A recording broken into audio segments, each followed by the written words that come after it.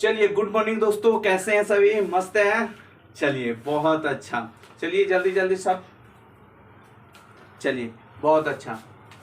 सोनू, रोहित। चलिए, बहुत। हम लोग क्या हिस्ट्री पढ़ने वाले? क्या हिस्ट्री? आज क्या है हिस्ट्री? तो हिस्ट्री में हम लोग क्या पढ़ रहे थे? वैदिक काल। क्या? वैदिक काल। वैदिक वैदिक सभ्यता। क्या हम लोग पढ़ रहे थे? वैदिक सभ्यता। ठीक है। तो वैदिक सभ्यता में हम लोग क्या पढ़ लिए थे? तो कहिएगा सर, वैदिक सभ्यता को हम लोग कितने दो भागों में बांटे थे? वैदिक सभ्यता को कितने भागों में बांटे थे? दो भागों में। कौन कौन? तो कहिएगा सर, पहला क्या था? ऋग्वैदिक काल। क्या? ऋग्वैदिक काल। छोटा छोटा लिखते हैं। चलिए ठीक है, बड़ा बड़ा लिखेंगे। दूसरा क्या था? उत्तर वैदिक काल। उत्तर वैदिक काल। अगर आपको बताए होंगे पहले पिछले क्लास में कि जो वैदिक सभ्यता था, इसका काल निर्धारण कितना किया गया था? क्या इसका काल निर्धारण कितना किया गया था? आपको पता है? जल्दी कमेंट कीजिए। क्या आपको पता है? क्या हम बताए थे कि इसका जो 1500 बीसी से, क्या 1500 बीसी से लेकर 600 बीसी के अंदर क्या वैदिक सभ्यता की, यानी कि वैदिक सभ्यता को रखा गया है। अगर आपको पता है तो ये भी हम बताए थे कि जो ऋग्वैदिक काल है उसको 1500 बीसी से लेकर, क्या 1500 बीसी से लेकर 1000 बीसी के अंदर के काल को क्या रखते हैं? ऋग्वैदिक काल में। अगर आपको पता है तो उत्तर वैदिक काल जल्दी हम कमेंट में लिखिए कि 1000 बीसी से, कितना? 1000 बीसी से लेकर 600 बीसी के अंदर जो भी घटनाएं घटी है उसको क्या उत्तर वैदिक काल में रखते हैं? रखते हैं ना। बीसी मतलब ईसा पूर्व। ठीक है, कभी नहीं पढ़े क्या? बीसी मतलब ईसा पूर्व के पहले, ईसा पूर्व के पहले। तो आप कहिएगा सर, वैदिक सभ्यता के अंतर्गत हम लोग क्यों पढ़ते हैं? क्या हम लोग वैदिक सभ्यता क्यों पढ़ते हैं? तो वैदिक सभ्यता से हमें क्या आर्यों के बारे में जानकारी मिलती है। क्या आर्य आखिर आए थे कहां से? कहां से आए थे? किस कारण आया था? ये हम पिछले क्लासों में क्या किए, चर्चा कर चुके हैं। अगर आप इससे पीछे की क्लास करना चाहते हैं तो YouTube पर जाकर आप ब्राइटवे आर्यन सर ऐसे करके क्या एक चैनल बना हुआ है, क्या? ब्राइटवे, BRIGHT, ब्राइटवे आर्यन सर,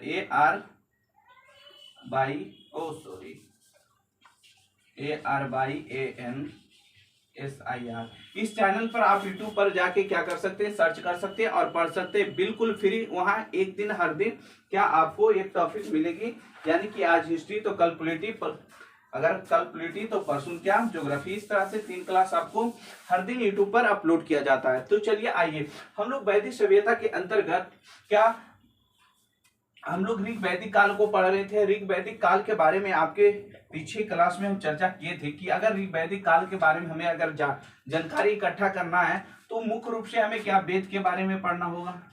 क्या? वेद, यानी कि वेद हमें क्या ऋग्वैदिक काल की क्या देती है? जानकारी देती है। वेद अभी वर्तमान में हमारे में कितना है? तो कहिएगा 4। कौन?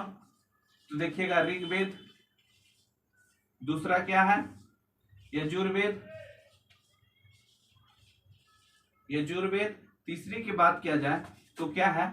सामवेद। सामवेद। चौथा वेद क्या है? अथर्ववेद।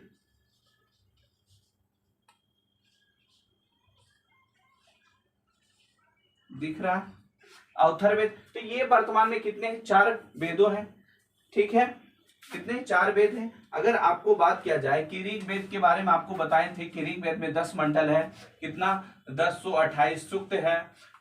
1028 सूक्त है। और अगर आपको बात किया जाए कि इसमें ऋचाएं की संख्या कितनी है तो आपको याद होगा तो कमेंट कीजिएगा। 10,500 कितना? 80। 10,580। कभी ये 10,555 देता है, तो आप इसको भी याद रख सकते हैं। ठीक है, कोई दिक्कत आपको नहीं होगा। यजुर्वेद की बात किया जाए कि यजुर्वेद में कितने ऋचाएं? तो इसमें 1990। कितना? 1990 क्या इसमें ऋचाएं। अगर सामवेद में आपको याद होगा तो 1800 कितना? 1875 क्या है इसमें ऋचाएं हैं। और क्या 99 मंत्र है, बाकी शेष मंत्र कहा?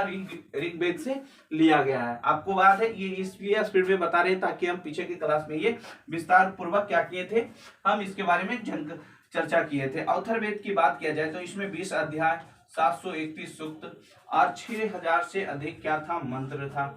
6000, ये 6000 लगभग क्या 6000 था। अगर एक्यूरेट आपको याद रखना है तो 5900 कितना 87 क्या था इसमें मंत्रों की संख्या। तो इसके बारे में हम लोग पिछले क्लास में चर्चा कर चुके हैं।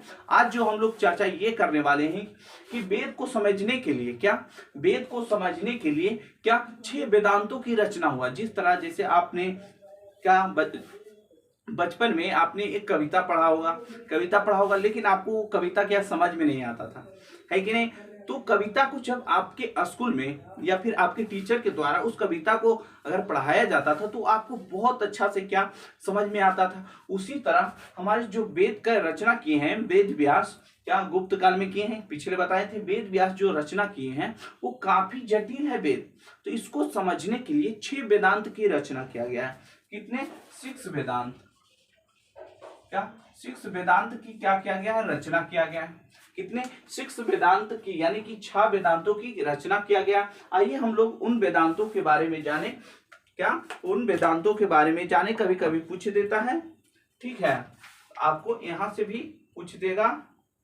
क्या पूछेगा, कह देगा कि वेदों की जानकारी के लिए कितने वेदांत की रचना किया गया, तो आपका आंसर होगा कितना, 6। ठीक है, कोई प्रॉब्लम यहां तक तो नहीं। आइए हम लोग आगे बढ़ते हैं। बाकी सब मस्त है ना, चलिए बहुत अच्छा, ऐसे जुड़े रहिए और अपना प्यार बरसाते रहिए, ठीक है। अगर आपको छूट गया है तो पीछे के क्लास में जाकर ब्राइट वे आर्यन सर पे जाके आप आराम से क्लास कर सकते हैं, इस पे नो डाउट। और वहाँ प्ले लिस्ट को आप फॉलो कीजिए ना, हर दिन एक क्लास दिलाएगा और रेगुलर भाई, ऐसा नहीं कि यहाँ वहाँ, आपको एक सीक्वेंस में क्या रहेगा, क्लास रहेगा, तो आप वहाँ कर सकते हैं। देखिए जो ये 6 वेदांत की रचना किया है वेद को, क्या वेद को भली भांति समझने के लिए, भली भांति कहें तो अच्छी तरह से समझने के लिए, क्या वेद को अच्छी तरह से समझने के लिए 6 वेदांत, यानी कि आप 6 लिख सकते हैं, क्या 6 वेदांत दिख रहा है। चलिए देखिए 6 वेदांत की रचना किया गया। उसमें से देखिए आपको पहला वेदांत की बात किया जाए तो शिक्षा, क्या शिक्षा, शिक्षा। दूसरा क्या है, दूसरा आप ध्यान दीजिएगा, देखिए कमेंट मत कीजिए, आप पढ़ा रहे हैं तो चुपचाप देखिए, ठीक है। क्या पहला है शिक्षा, दूसरा है ज्योतिष, क्या ज्योतिष। तीसरा के बात किया जाए तो व्याकरण, व्याकरण। चौथा की बात किया जाए तो कल्प। पांचवा की बात किया जाए तो निरुक्त। छठा की बात किया जाए तो छंद। आपको दिख रहा है क्या, छंद। तो ये 6 वेदांतों की रचना किया गया, किस लिए, तो वेद को समझने के लिए इन 6 वेदांतों की रचना किया गया। जिस अगर मान लीजिए आप किसी चीज को नहीं समझ रहे हैं तो उसको इजी बनाने के लिए क्या कोई चीज उसके डुप्लीकेट टाइप का बना दिया जाता है, संक्षिप्त में बना दिया जाता है, बस वही है। वेद को अच्छी तरह से भली भांति समझने के लिए 6 वेदांतों की क्या किया गया, रचना किया गया। शिक्षा का मतलब होता है उच्चारण, क्या उच्चारण। शिक्षा का मतलब क्या होता है, उच्चारण। कोई दिक्कत तो कहिएगा नो सर। ज्योतिष का मतलब होता है भाग्य, क्या भाग्य। कहते हैं ज्योतिष, यानी कि हाथ दिखाइए आपका भाग्य देख लेंगे, तो ज्योतिष का मतलब होता है भाग्य, भाग्य फल। Any doubt. व्याकरण का मतलब होता है शब्द की उत्पत्ति, क्या शब्द की उत्पत्ति, उत्पत्ति। कल्प का मतलब होता है कर्मकांड, कर्म कांड। निरुक्त का मतलब क्या होता है, भाषा विज्ञान। आप इसको याद रखिएगा, ठीक है, भाषा विज्ञान। छंद का मतलब आप याद रख लीजिएगा। यहां तक दिख रहा है आप लोग को, यहां तक दिख रहा है ना, देख लेते हैं, यहां तक दिख रहा है, दिख रहा है, चलिए बहुत अच्छा। छंद का मतलब होता है चतुष्पदी श्लोक। क्या? चतुष्पदी श्लोक। देखिए ये रहा आपका क्या वेद की भली भांति समझने के लिए 6 वेदांतों की रचना किया। शिक्षा का मतलब होता है उच्चारण, ज्योतिष का मतलब होता है भाग्य फल, व्याकरण का मतलब होता है शब्द उत्पत्ति, कल्प का मतलब होता है कर्मकांड, और निरुक्त का मतलब होता है भाषा विज्ञान, और छंद का मतलब होता है चतुष्पदी श्लोक, यानी 4 पदों में लिखे गए श्लोक। ठीक है, ये आपको समझ में आया। कुछ इसके प्रवर्तक है, क्या? दार्शनिक और प्रवर्तक, उसको भी आप याद कर लीजिएगा। क्या है? दिख रहा है दर्शन, और एक तरफ कर देते हैं प्रवर्तक।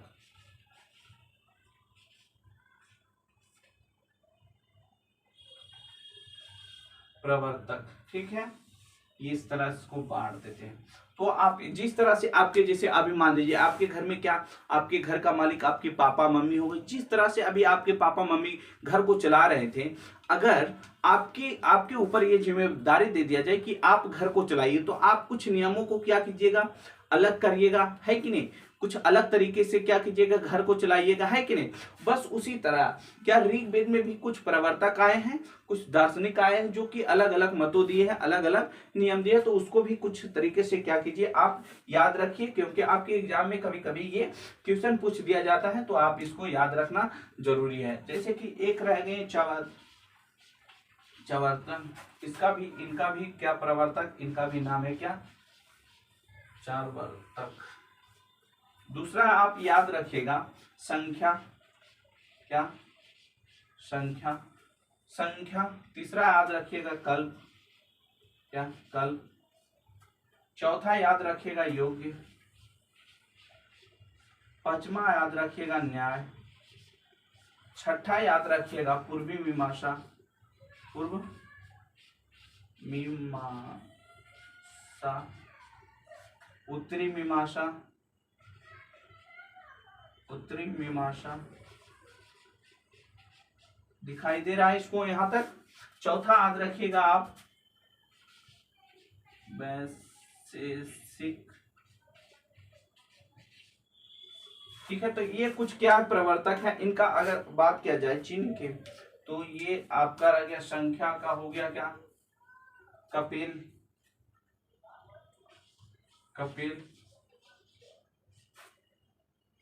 कल्प हो गया, युग का हो गया पतंजलि,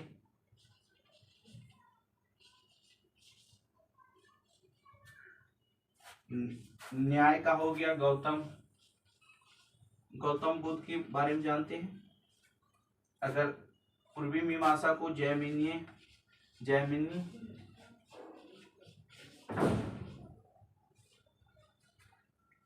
उत्तरी मीमांसा को याद रखिएगा वैश्विक की हो गया बद्रायन, इसका हो गया कन्नाद या उल्लस, इसका आप याद रखिएगा वैश्विक को बादरायन।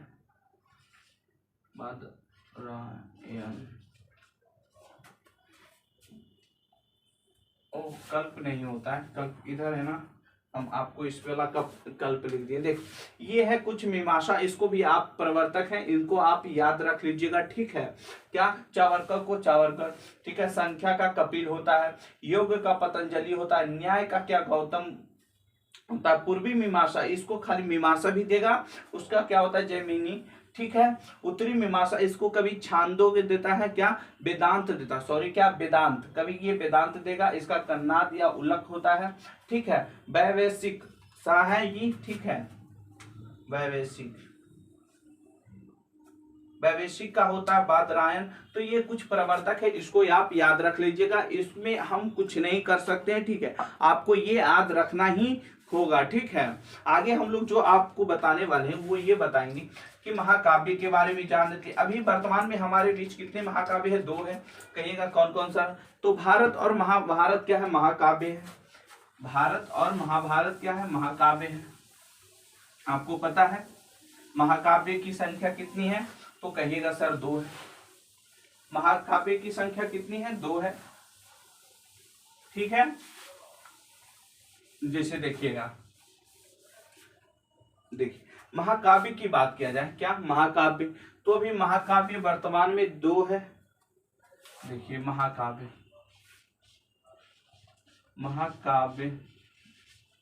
महाकाव्य की संख्या कितनी है, 2 है।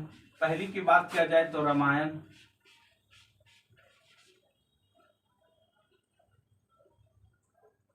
क्या रामायण। दूसरी की बात किया जाए तो महाभारत। ये 2 महाकाव्य है, क्या ये 2 महाकाव्य है। अब एक एक करके हम लोग क्या करते हैं, पढ़ते हैं। पहले क्या रामायण को पढ़ते हैं, है कि नहीं। चलिए देखिएगा रामायण को। रामायण की बात किया जाए तो अभी वर्तमान में हमारे 2 महाकाव्य है, वो आपके सामने लिखा हुआ है। अगर रामायण की बात किया जाए तो कहिएगा सर रामायण की रचयिता कौन है, तो आप याद रखिएगा महर्षि, क्या महर्षि, ओहो, महर्षि वाल्मीकि, क्या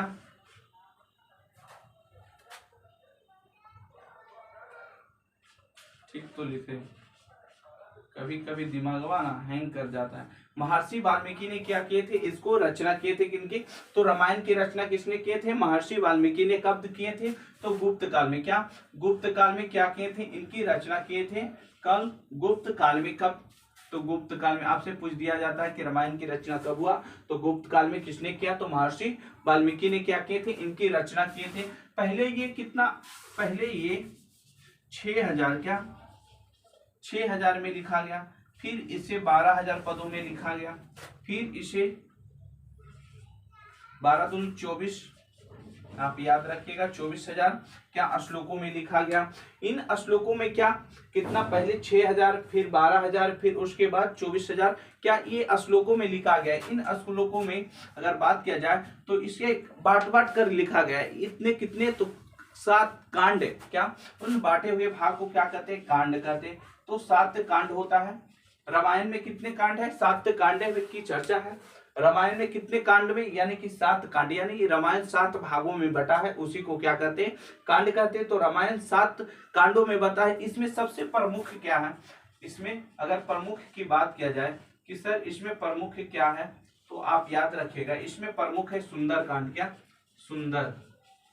सुंदर कांड, ये सुंदर कांड क्या है, इसमें प्रमुख है। इस सुंदर कांड में किसकी चर्चा है सर, तो हनुमान जी की, हनुमान जी की, यानी कि हनुमान जी की काम की, क्या काम की, यानी कि जो काम किए थे राम भगवान के लिए। रामायण देखे होंगे, जरूर देखे होंगे। रामायण कहाँ देखेंगे सर, वहां बात तो कर रहे थे। जो चीज आपको देखना चाहिए वो तो देखते नहीं। अगर आपको किसी फिल्म या फिर और कुछ को देखना तो ऐतिहासिक मूवी देखिए, है कि नहीं, या धर्म से रिलेटेड मूवी को देखिए, तो उससे आपको कुछ सीखने को मिलेगा। क्या आपके सिलेबस में भी क्या वो जुड़ा रहता है कि नहीं। शिवाजी देखिए, झांसी की रानी देखिए, ये सब क्या आपके सिलेबस से क्या जुड़ा हुआ है।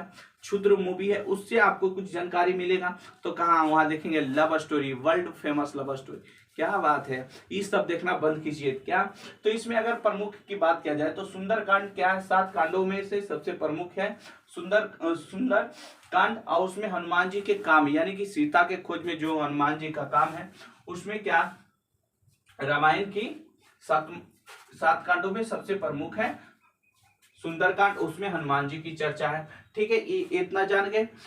अगर बात किया जाए, यहाँ एक क्वेश्चन ये पूछ देता है कि इनका फारसी अनुवाद कौन किए थे, क्या फारसी, तो ये अकबर के समय किया गया था। किनके समय, अकबर के समय रामायण का फारसी अनुवाद किया था। कौन किए थे, तो ये भी जान लीजिए, क्या बदायूनी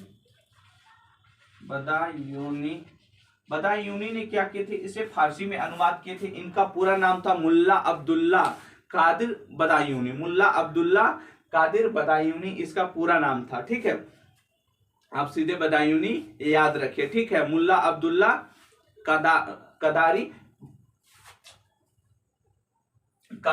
क्या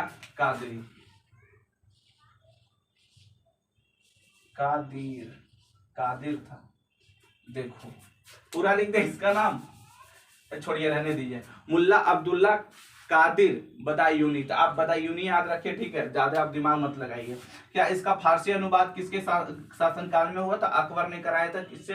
बदायूनी ने किया था। फारसी में क्या अनुवाद कराया? क्या फारसी में अनुवाद हुआ था? ठीक है। जो ये रामायण है ये संस्कृत भाषा में लिखा गया है। किस भाषा में? संस्कृत भाषा में, है कि नहीं? संस्कृत भाषा में इसकी रचना क्या संस्कृत भाषा में किया गया। कोई दिक्कत? अब आइए हम लोग क्या जान लेते हैं, महाभारत। क्या महाभारत के बारे में थोड़ा सा जान लेते हैं, ठीक है।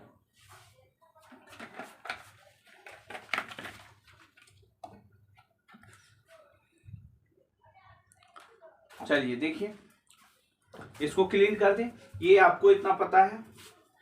चलिए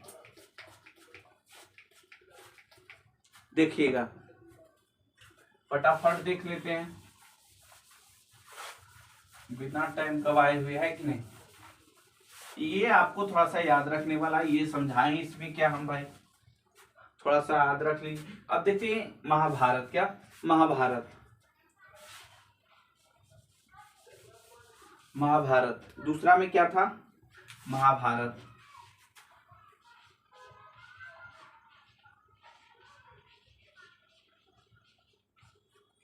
इंक भी नहीं चलता है, भींगा हुआ है ना। देखिए महाभारत, महाभारत की बात किया जाए सर, महाभारत की रचना किसने की है? तो वेद व्यास ने किए हैं। क्या वेद व्यास के द्वारा क्या महाभारत की रचना किया गया है, ठीक है। किनके द्वारा किया गया है? वेद व्यास, सॉरी, वेद व्यास। वेद व्यास इनकी रचना क्या, किनकी? तो महाभारत की रचना कौन की है? तो वेद व्यास। वेद व्यास की है। ये लगभग इसका पूरा मतलब एक्यूरेट तिथि पता नहीं, फिर भी 3100 ईसा पूर्व में क्या किया गया? इसकी रचना किया गया। महाभारत की 3100 ईसा पूर्व में क्या रचना किया गया? वेद व्यास जी ने सबसे पहले इसे 600 कितना 1200 श्लोक, सॉरी 28 कितना 2800 श्लोक में लिखे। फिर 2800 श्लोक से 2400 श्लोक किए। क्या 24,000। उसके बाद 24,000 से इसे 1 लाख, क्या 1 लाख हुआ, ये लीजिए 1 से 1,000, ठीक है।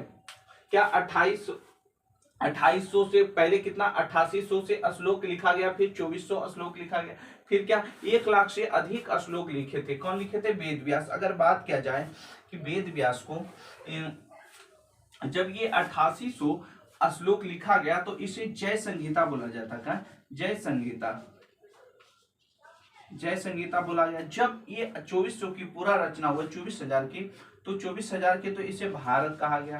क्या भारत। जब ये 1 लाख से अधिक श्लोक लिखा गया तो इसे महाभारत कहा गया।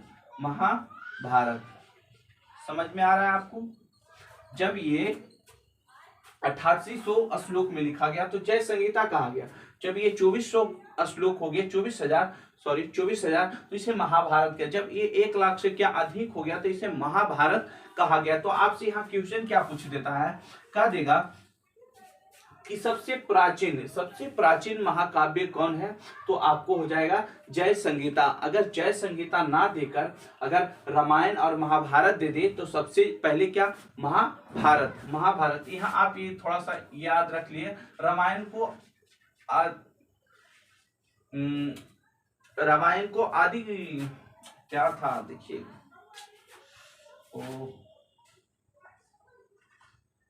याद भी नहीं आ रहा। आदि काव्य कहा जाता है। आदि काव्य, आदि काव्य। रामायण को आदि काव्य की संज्ञा भी दिया गया है। तो कभी कभी यहाँ ये पूछ देता है कि रामायण को किसकी संज्ञा दिया गया है, तो आदि काव्य के क्या संज्ञा दिया गया है। अब यहाँ देखिए सबसे अगर पूछ दे सबसे पुराना महाकाव्य कौन है, तो जय संगीता। तो जय संगीता सबसे पुराना महाकाव्य है। कोई दिक्कत, कोई प्रॉब्लम? कहिएगा नो सर। जब ये 2400 में लिखा गया तो इसे क्या 24,000 में लिखा भारत का। फिर जब 1 लाख से अधिक श्लोक लिखा गया तो इसे महाभारत कहा गया। अगर बात किया जाए कि इसका फारसी अनुवाद अकबर के ही समय में हुआ था। किनके? अकबर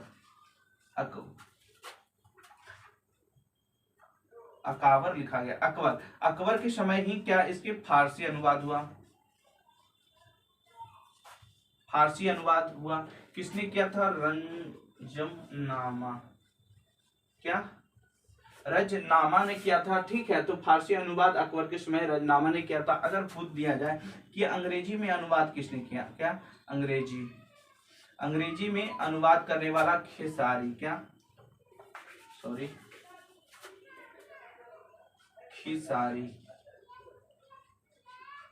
खेसारी मोहन,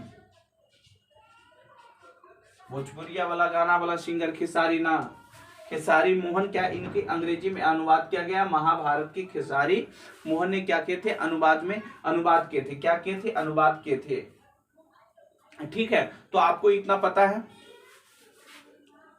समझ में आया इतना, सब यस लिखिएगा, ठीक है।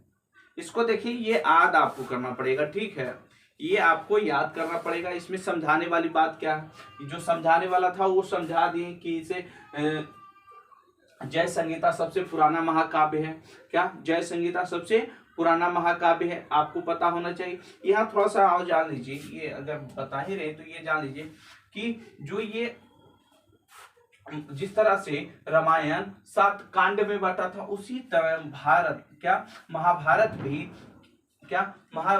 भी 18 पर्व यानी 18 भागों में बटा हुआ है। कितना, 18 भागों में बटा है। यानी कि महाभारत है जो 18 भागों में बटा है। उन भागों को क्या पर्व कहा जाता है, क्या पर्व कहा जाता है, भागों को क्या पर्व कहा जाता है। जो महाभारत में 18 भाग है उसको पर्व कहा जाता है। अगर इसमें सबसे महत्वपूर्ण पर्व की बात किया जाए तो भीष्म पर्व, क्या भीष्म पर्व ये सबसे महत्वपूर्ण है। भीष्म पर्व सबसे महत्वपूर्ण है। जब कृष्ण अर्जुन को समझा रहे थे तो जो समझाने का जो जितना चीज समझाए उसी को भागवत गीता कहा जाता है। क्या भागवत गीता, क्या भागवत गीता।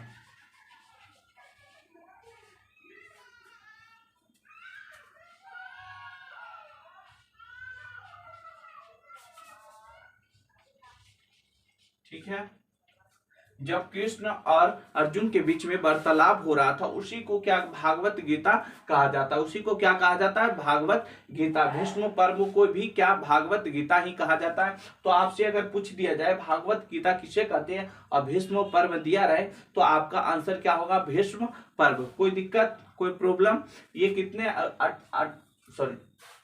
कितने भागों में बटा है, तो 18 पर्व में। अगर आपसे पूछ दिया जाए महाभारत कितने पर्व में बटा है तो 18 पर्व में बटा है। ठीक है, इतना आपको पसंद आया। ये कहेगा पसंद आने की क्या बात है सर, याद करना है तो ठीक है, आप इसको याद कर लीजिएगा।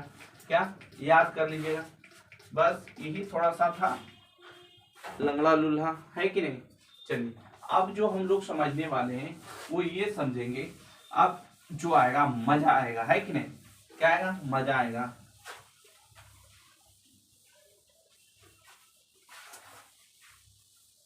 चलिए देखिए,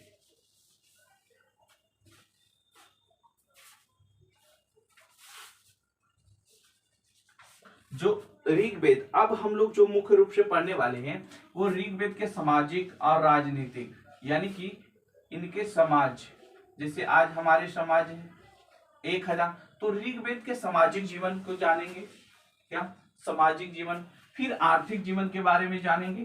क्या आर्थिक जीवन, जैसे मान लीजिए इनका क्या सामाजिक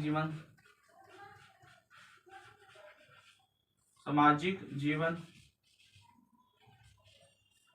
उसके बाद हम लोग देखेंगे आर्थिक जीवन,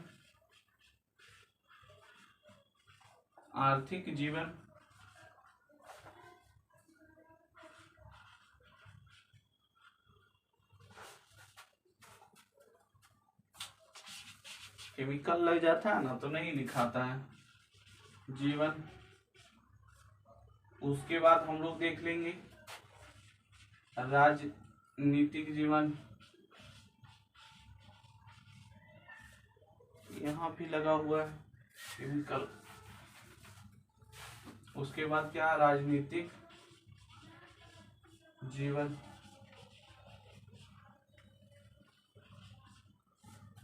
फिर देख रहे हैं धार्मिक जीवन,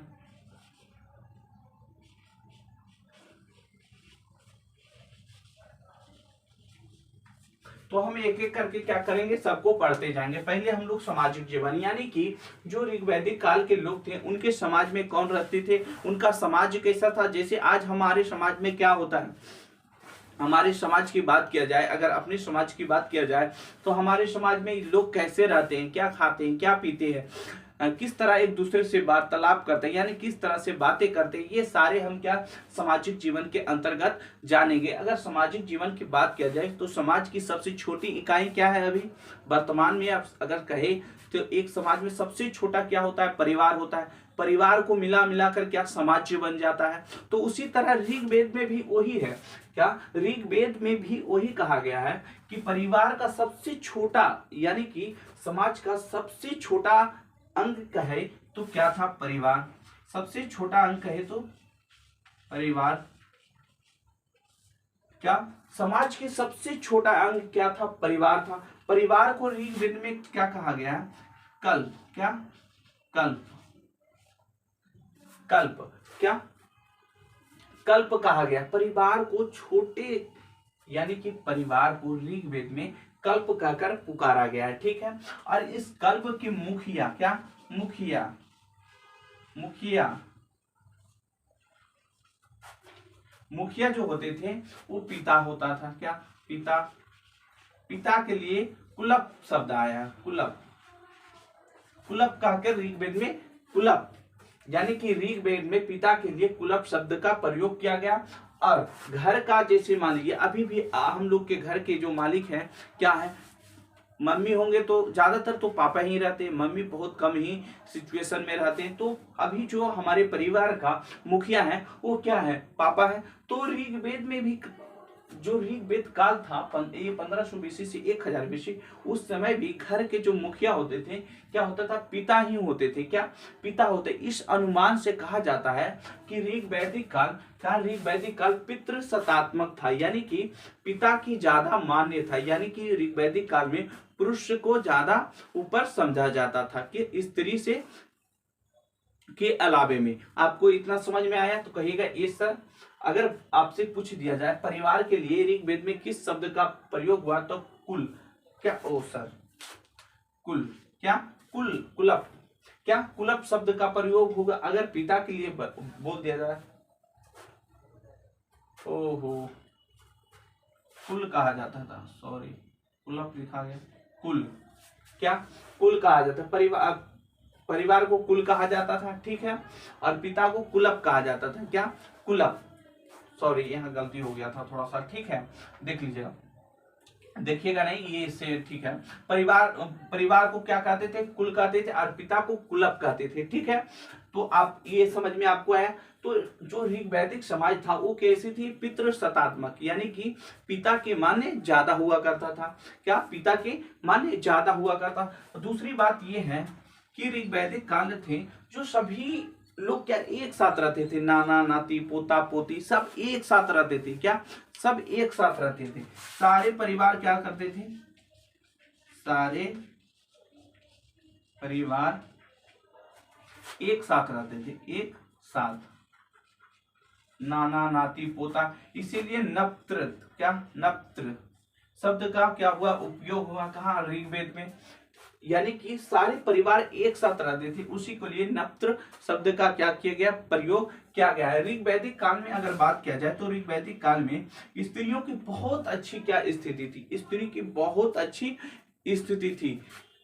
यानी कि स्त्री जिस तरह अभी हमारे समाज में लड़कियों की कम मतलब कहते हैं कि लड़कियों की कम सिक्योरिटी दिया जाता है, हमारे यहाँ तो लड़कियों की इज्जत है, लेकिन उसे मतलब ये कह के रख लेते हैं घर में कि नहीं ये लड़की ये काम नहीं करेगी, वो काम नहीं करेगी। ऐसा ऋग्वेद में नहीं था, लड़कियों की पूरा आजादी था, यानी कि स्त्रियों को पूरा आजादी था। आप कहीं भी जा सकते हैं, आप कुछ भी कर सकते हैं। ऋग्वैदिक काल में स्त्री क्या करते थे, यज्ञ करते थे, अपने पति के साथ यज्ञ करते थे, शिक्षा ग्रहण करते थे। आज भी हमारे समाज में शिक्षा ग्रहण किया जाता है। बाल विवाह नहीं हुआ करता था, जाति प्रथा नहीं हुआ करता था, पर्दा प्रथा नहीं, यानी कि घूंघट स्त्री क्या झाप के नहीं चलता था। इतना आजादी कहाँ ऋग्वैदिक काल में था। बाल विवाह यानी कि बच्चे में क्या शादी नहीं किया जाता था। इस काल में 1500 बीसी से 1000 बीसी के बीच में बाल विवाह की कोई ऐसी प्रथा नहीं था। तो स्त्रियों को काफी छूट दिया जाता था। दूसरी बात है, स्त्रियों को शिक्षा के लिए भी कोई रोक टोक नहीं कर सकता था। आपको मन है तो शिक्षा को ग्रहण कीजिए या फिर नहीं कीजिए। ऐसे 20 स्त्रियों को ऋग्वेद में क्या किया, चर्चा मिला है। लोभा को मिला क्या, लोभा, घोषा, कपाला, इन स्त्रियों की क्या चर्चा मिलता है ऋग्वेद में कि ये ज्ञाता थे। और आपका मर्जी है तो पूरी जिंदगी क्या आप आश्रम में बिता सकते हैं, क्या पूरे, तो ब्रह्मदिनी कहलाती थी। पूरे जीवन क्या वो आश्रम में शिक्षा ग्रहण करती थी, तो उसे ब्रह्मदिनी कहा जाता था। तो स्त्रियों को इस समय बहुत मान था, यानी कि वैदिक काल में स्त्रियों को बहुत क्या करता था, मान्य था। दूसरी बात, नियोग प्रथा का भी क्या था, यहाँ प्रचलन था। दास प्रथा का प्रचलन था। नियोग प्रथा एक ऐसी प्रथा थी, नियोग प्रथा की अगर बात किया जाए तो अब अगर किसी स्त्री को अपने पति से संतान की प्राप्ति नहीं होता था तो अपने गार्जियन यानी कि माता पिता को पूछकर अपने देवर के साथ क्या शारीरिक संबंध बना सकता था। इतना क्या पहले यानी कि ऋग्वैदिक काल में क्या स्त्रियों को छूट था। ठीक है, तो ये आप समझ सकते कि इतना कर सकते। तो ऋग्वैदिक काल में स्त्रियों को क्या बहुत ऊपर समझा जाता था। स्त्री ऋग्वैदिक काल में वो चाहिए तो विवाह न कर सकती थी, यानी कि पूरे जीवन अविवाहित रह सकती थी। इसे अमाजु कहा जाता है ऋग्वेद में। इसके लिए क्या अमाजु शब्द का प्रयोग हुआ है, पूरे जीवन अविवाहित। ऋग्वेद में 2 प्रकार की क्या विवाह होती थी, एक लोम, एक प्रतिलोम। लोम की मतलब होता है उच्च वर्ग की लड़का और नीच वर्ग की लड़की। दूसरी बात अगर बात किया जाए प्रतिलोम, तो निम्न वर्ग की उच्च वर्ग की लड़की और निम्न वर्ग के पुरुष, इसको क्या कहते हैं, प्रतिलोम। तो इस तरह के बहुत सारे क्या वैदिक काल में समाजों में क्या सामाजिक जीवन के बीच क्या भेद थी। दूसरी बात, सामाजिक जीवन में ऋग्वेद के 10वें मंडल में क्या पुरुष सूक्त मिलता है, कि पुरुष सूक्त मिलता है। उसमें ऋग्वेद में ये दर्शाया गया है कि वर्ण व्यवस्था यानी कि जाति भेद, जैसे आज हमारे समाज में जाति भेद है, उसी तरह ऋग्वैदिक काल में भी क्या जाति भेद हुआ करता था।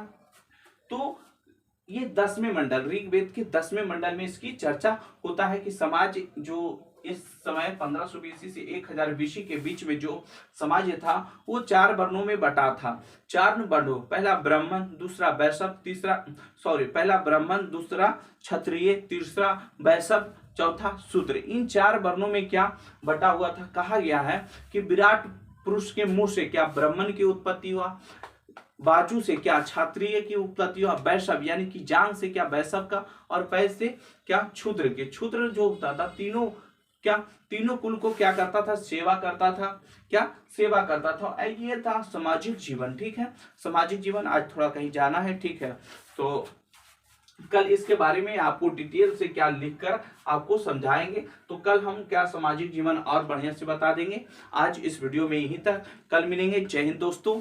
चलिए ठीक है, सभी ठीक है। चलिए, राहुल सोनू सबका कमेंट आ रहा है। आज इतना ही, कल आपको आगे इसके बारे में बताएंगे। जय हिंद दोस्तों, मिलेंगे अगले क्लास में।